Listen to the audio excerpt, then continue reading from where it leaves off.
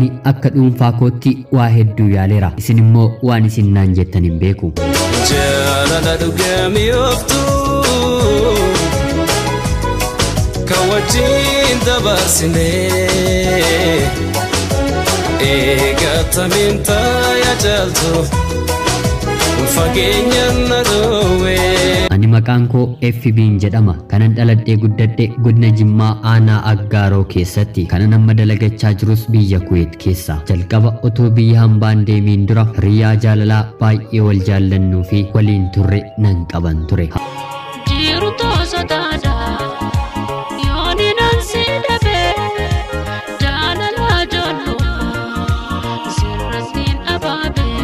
ta'u malee yeros anaa fi inni baay'ee ijoollee waan turreef maatiin lamaan keenyaa nurratti baranii anaan akka isatti heerumne barbaadanii magaalaa gara biraa geessani akka carraa ta'ee yeroo sanatti anaaf isa gidduu mufannaan xiqqoo nu gidduutti waan uumamee tureef anis sin barbaadu innis sin barbaadu wal jennee walirraa adda baane maatiin koo kunisiif maal siif godhaa umuriin keessan wal qixxeedha inuma barnoota irra jira dalagaa maal hojjete siin akka jiraachisuu fedhanii hiriyaa jaalala leekoo ganama inni anaaf ani isaaf nama jalqabaa kan walii taane irraa adda nu baasani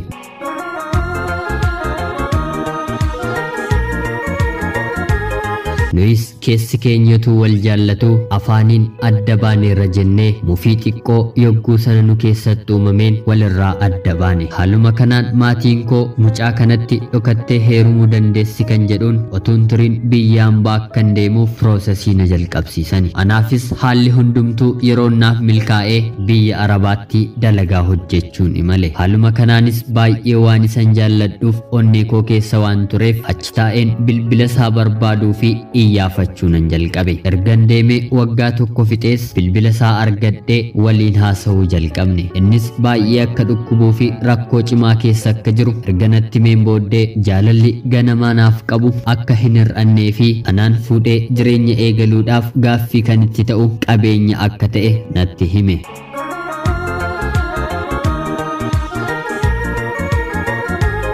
anis yeroo dhukkuba isaaf deemee akka of yaaluuf qarshii xiqqoo ergeefiin dhuguma hanga yoonaa hinna jaallatta yoo ta'e qabeenyi nu gidduutti rakkoo ta'uu hin danda'u jedheen jaalala keenya ani biyya hambaa taa'ee inni biyya isaatti waliin haasa'uu fi taphachuu eegalle anis jireenya keenya gara fuulduraatti waliin qabnu yaaduun mana akka nuuf ijaarsisuuf qarshii kanan dalagadhurraa gariin maatii koof gariif isaaf erguu nan jalqabe haaluma kanaan biyya hambaa deemee waggaa 2 ji'a 3 yeroon fixu abbaan koo baay'ee waan dhukkubsateef nan gaafadheedheen galuu akkan barbaadu yogguun itti himu dhiisii achuma taa'ii dalagadhu abbaa kee yoo ta'e amma fayyanaan jedhee dhufuu koo na dhorke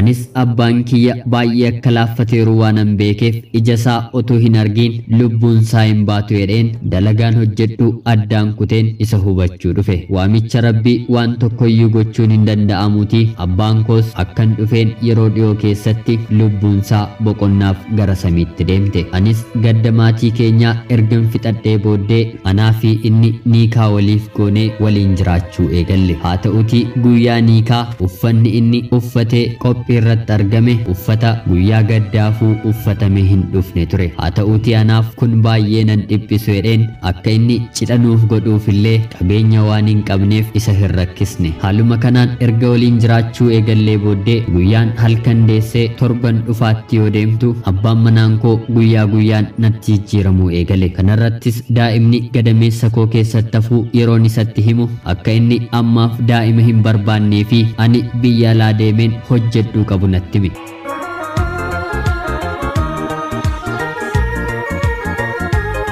yeroo sanatti anaan xiiqii waan na qabeef heerri fuudhee daa'ima yeroo argatu kan gammaduu qabdu ati akkam akkas naan jetteereen ofii daa'ima akkam barbaaduu fi mucaa kanas akkan da'utti hime anis opereeshiniidhaan rabbi na gargaaree mana haadha koo deemeen daa'ima dubartiin argadhe innis daheen hanga ji'a 5 fixutti dhufeellee baga nagaan hiikamte gonkumaa naan hin jenne anii fi maatii koos kanatti baay'ee qabamuun akka inni niikaa koo narraa hiikuu yeroo nani gaafadhu innis sababa hiyyummaa kootti qabeenyan qabadhee siin maatii kee biratti dhufee silaaluun dhabe kanaaf nan qaanfadheedhee dhiifama na gaafate maatiin koo dhiisi kuni dhirsa siif hin ta'u jedhanii baay'isanii na gorsanis ani garuu jaalallee koo jalqabaa fi abbaa mucaa koo waan ta'eef dhiisaa jireenya koo keessa hin galiinaa jedheen isaanii nan dhorke haaluma kanaanis deebiseen isa waliin mana biyya arabaa taa'een lafa warra isaarratti waliin ijaarretti deebi'een jiraachuu eegale ammas turtii booddee amalli isaanatti jijjiirame guyyaa 4 torban tokko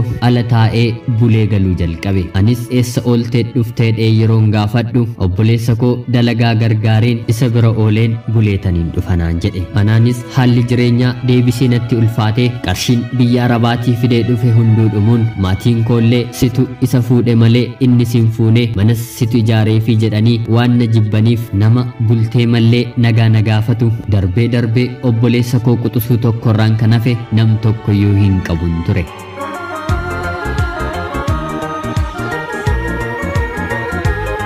anis kana hundumaa hubadheen na hiiki jedheen yeroo isa gaafadhu ati anaan hiyyummaa kiyyaaf na jibbita malee ani waan sitti hir'iseeru hin qabu jedhee na morma ture maatiin isaas mooraa tokko keessa waan galluuf mucaan isaanii waan manatti dhufuu dideef situ mucaa keenya qarshii gaafatee waan caqaccaqeef as deebi'uu dide jedhanii mooraa keessatti na jibbani wanta kanas yogguun deebiseen isatti himu maatii kootti hin bu'iin ani nama maatii kootti bu'u hin jaalladhu jedhee natti dheekkame kanumaanis walitti buunee inni gara Finfinneetti bade yeroon ani manaatii gadi ba'u maatiin isaa mana ani keessa jiraadhu furtuu isaa kutanii furtuu gara biraadhaan qollofuun mana cufanii na dheegani anis yeroo sana bakka deemu dhabeen yogguun maatii isaa gaafadhu nuti hin argine ofii kee qolloftee maaliif nu gaafatteedhanii deebii naa deebisani haaluma kanaanis hiikaa fi mucaan isaanii qabeenya koo akkanaa hiru seeraan yeroon gaafadhu obboleessi isaa sooressa kan ta'e tokko abbaa alangeef gubboo laatee faayila koo na jalaa dhoksisiise kanumaanis buleen manicha akka banamuuf poolisota fidee yeroon dhufu abbaan manaan koo qulfii morma haadha isaarraa baasee manicha bane.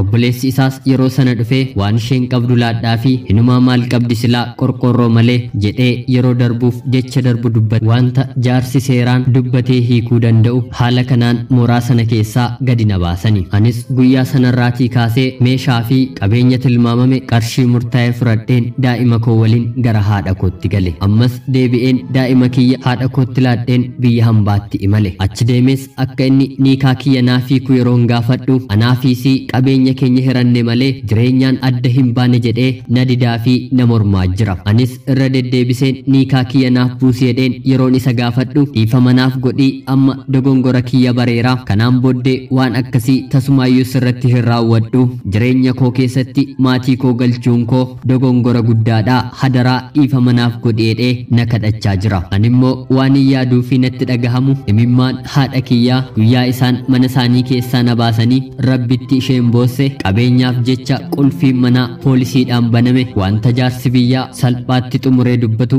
obboleessi isaa arraba tokkoon goolabe himata ani mana seeraatti banadhe gubboodhaan abbaa langee cufsisiisan madaa jaalala koo qoorsaniiru itti deebi'uudhaaf kun hunduu qoraattii natti ta'aniiru dhiisuudhaaf immoo abbaa daa'ima koo nama nii kanarraan buusne gaabbeera jedhee amma dhiifama na gaafachaa jiruu fi ana malee jaartii gara biraa akka hin barbaanne natti himaa jirudha akkuman sinitti me ani isaaf amma jaalalli koo qooreera na dhukkubee natti ulfaatee na salphisaa na fayyisaa jedheen isin fuuldura dhaabbadheera adaraa keessan isin maal natti himtuu maal na gorsitu yaanni keessan jireenya koof bu'uura FB Kuweetirraa nagaat galatooma.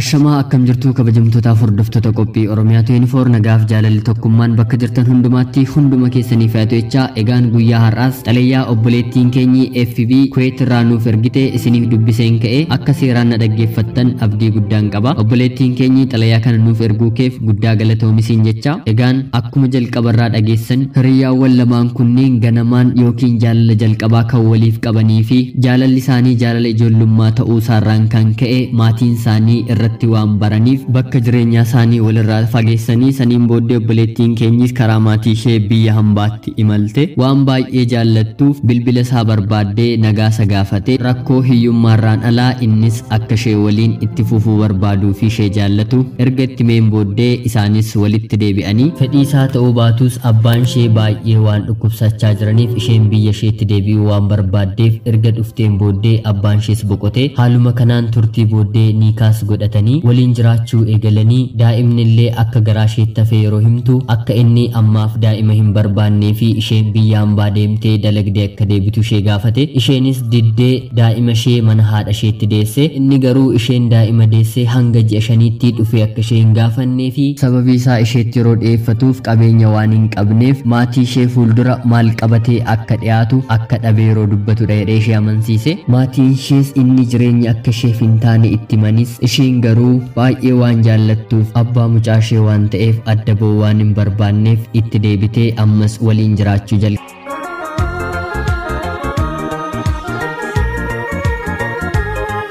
isheen yeroo biyya hambaa turtetti mooraa maatii isaa keessatti mana ijaartee turte hinumaa maatiin ishee situ isa fuudhe malee inni sin fuune ijaaree kan itti galchee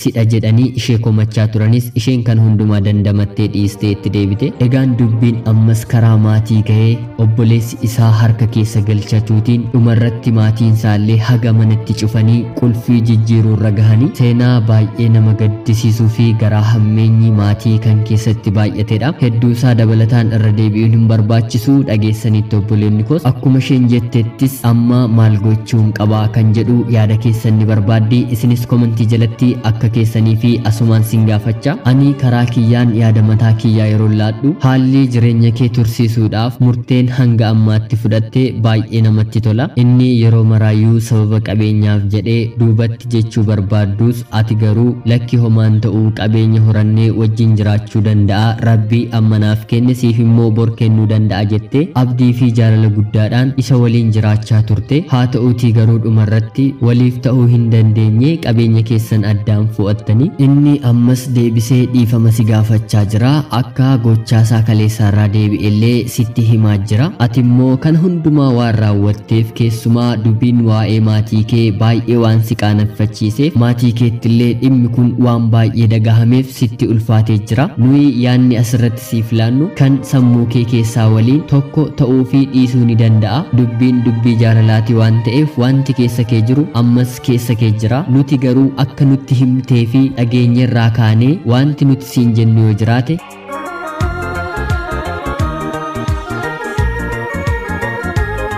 namicha kana waliin ammayyuu niikaan keessan adda hin baane yookiin niikaa keessiif hin buusne lammaffaa irratti abbaa daa'ima keeti sadaffaa irratti ammayyuu nama biraa akka hin jaallannee fi si waliin jiraachuu akka barbaadu sitti himaa jira namni jijjiiramuu ni danda'a dhala namaa bakkuma kaleessaatti ilaallee irratti murteessuun xiqqoo ulfaachuu ni danda'a akka kootti carraa tokko isatti deebitee otoo waliin ilaaltaniin siin jedha dhuguma deebi'eera yoo ta'e atis ameen jedhi maaliif jireenyi keessan diigama dogongora kanaan dura maatii keessan gidduu jiru keessumaa karaasaa achi ofirraa dhiibdanii yookiin mana jireenyaa keessanillee achi kaaftanii bakka biraa otoo jiraattan gaarummaa isiniif qaba akka dhuunfaa kootti jechi adda ba'umsi murtee otoo ta'uu baate jireenya jechuun yeroo gaariis ta'e hamaa waliin dhiibanii injifatanii kan jiraatanidha maatii gidduutti egaa wanti hundinuu lafa yookiin salphaa ta'e yeroo kamiyyuu hin argamu garuu yeroo tokko tokko qorumsaa fi rakkoon kan itti baay'ate yeroo injifatamu kan mi'aayee fi kan namatti tole dhalaaf illee ni ta'a kanaafidha yaada kanan kan siif laadhe egaan kabajamtootaaf hordoftoonni qophii oromiyaa 24 illee yaada keessan komentii jalatti akka qooddanii fi asumaan kabajaan isin gaafadha hanga yoonaatti na dhaggeeffachaa waan turtaniif guddaa galatoomaa isiniin jecha